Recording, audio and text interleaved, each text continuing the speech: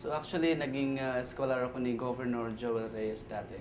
Nung time na magkaroon siya ng screening dito sa Coron Coliseum, na kung saan isa nga rin po ako sa mga pinalad na mabigyan ng pagkakataon na may pagpatuloy kong aking pag-aaral doon sa kolehiyo.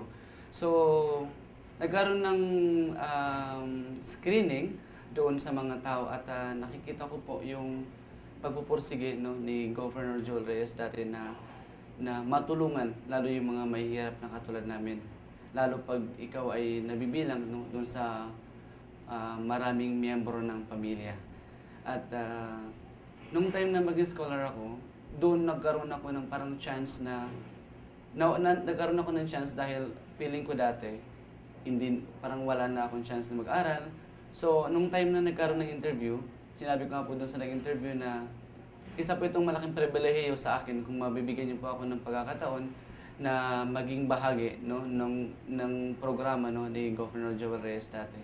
Na kung saan isa po sa mga naging parang aim or parang naging gusto niyang mangyari is magkaroon ng isang Palawenyo na magpapakilala hindi lamang sa kanyang pamilya kundi doon mismo sa buong lalawigan ng Palawan. So ayun nga po, pinalad ako na makapasok doon sa scholarship. Although nandun yung expectation ko talaga na parang wala, pero nung time na tinuloy ko pa rin yung enrollment ko doon sa college, which is kumuha ko ng education dito sa PSU Coron. At isa po yun sa mga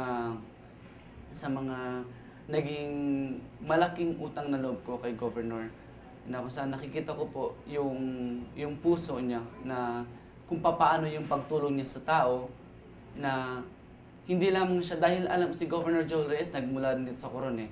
So nakikita ko po yung puso niya, yung puso ng taong to na walang ibang ginusto kundi makatulong doon sa pamilya ng lalo't higit yung mga tao na talagang napakaraming magkakapatid.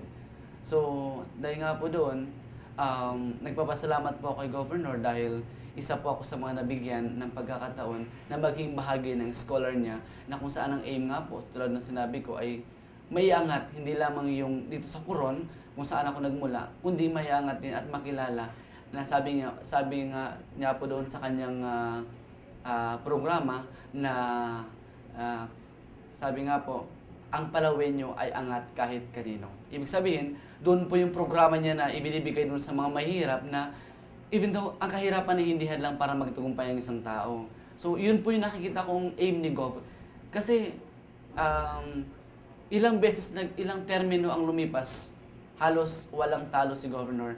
Magmula sa pinakamababang posisyon hanggang sa sumunod, tapos step, sumunod hanggang na maabot niya yung Governor. So, ibig sabihin, sa ganito pong paraan, makikita natin yung puso ng taong ito na tumulong, hindi lamang sa kanyang sarili. Hindi niya iniisip yung makilala siya ng kahit sinong tao, kundi makita niya rin yung nakakatulong siya doon sa tao.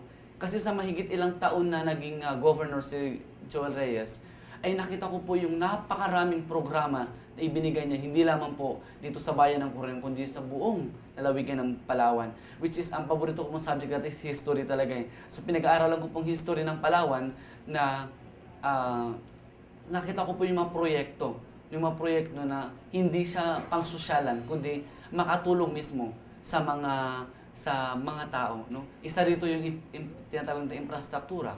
O dati, ang daan dito sa Coron is talagang lubak-lubak. But through the effort of Governor Joel Reyes, ay nakitayo nga itong mga establishmento dito sa Coron, at yung kalsada natin na is naging maayos na, at yung airport po natin, na kung saan ang Coron ay kilala sa sikat na turismo ngayon, na kung saan binibigyan ni Governor Joel Reyes yung pagkakataon lahat ng mga Coronian na magkaroon ng trabaho sa pamamagitan ng pagtatayo ng establishmento dito sa Coron, na kung saan isa sa dapat na makinabang dito ay yung mga Palawenyo at lalong-lalo tigit yung mga Coronian.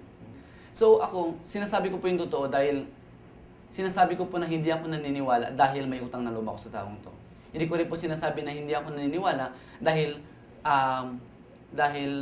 nakikita ko po kung ano yung pagkatao niya. Si Governor Joel Reyes, kung talagang tunay, kung siya man mismo ang mastermind, sana po, wag po na muna natin siyang husgahan. Una po sa lahat, dapat bilang isang, lalo po, doon nanawagan ako sa mga kapwa natin Palawenyo na suriin muna natin no, yung kaso ng maayos. At hindi po talaga ako naniniwala ng mga gawa ni Governor to dahil ako po mismo, sa sarili kong pananaw, namimit ko po yung taong ito. Doon po sa trabaho ko, nakikita ko po kung gaano siya kabait. Hindi po siya ang uri ng tao na ngingiti ka, tapos pagtalikod si Manong. Hindi po. Si Manong Joel, na sabi, nakatagurian naming Manong dahil yan po ang tinaguriang ama ng lalawigan ng Palawan. So, nakikita ko sa bawat kamay niya sa akin, nararamdaman ko po yung talagang, yung feel na tumulong siya doon sa tao. So, bilang isang individual na mamamayan din dito sa Coron, hindi po talaga ako naniniwala na siya mismo ang mastermind ng pagkamatay ng ibinibenta sa kanya. Si Gov, nakikita ko mismo yung heart niya talaga. Even ngayon, kahit nga ngayon na hindi siya governor, masalubong mo siya kahit saan, nandun pa rin yung, Manong Joel, may ngapon. So, magandang hapon, may ngatin pa rin. Nandun pa rin yung puso niya talaga na, lalo yung mga nakikita niya na medyo hirap sa buhay. Talagang ito si Gov, yung pagtulong, importante sa kanya yung pagtulong niya sa sariling kababayan niya, yun yung pinaka-importante sa lahat. Kasi kung talagang masama ang taong to, dapat hindi niya po napaunlad ng ganito ang Coron, lalo higit ang Palawan. Kasi katulad nga po nung sinabi ko, sa halos ilang beses na naging governor yan, nakikita po natin kung ano yung improvement na meron ng Palawan ngayon. Kung sino ang Palawan ngayon at kung ano ang Palawan ngayon.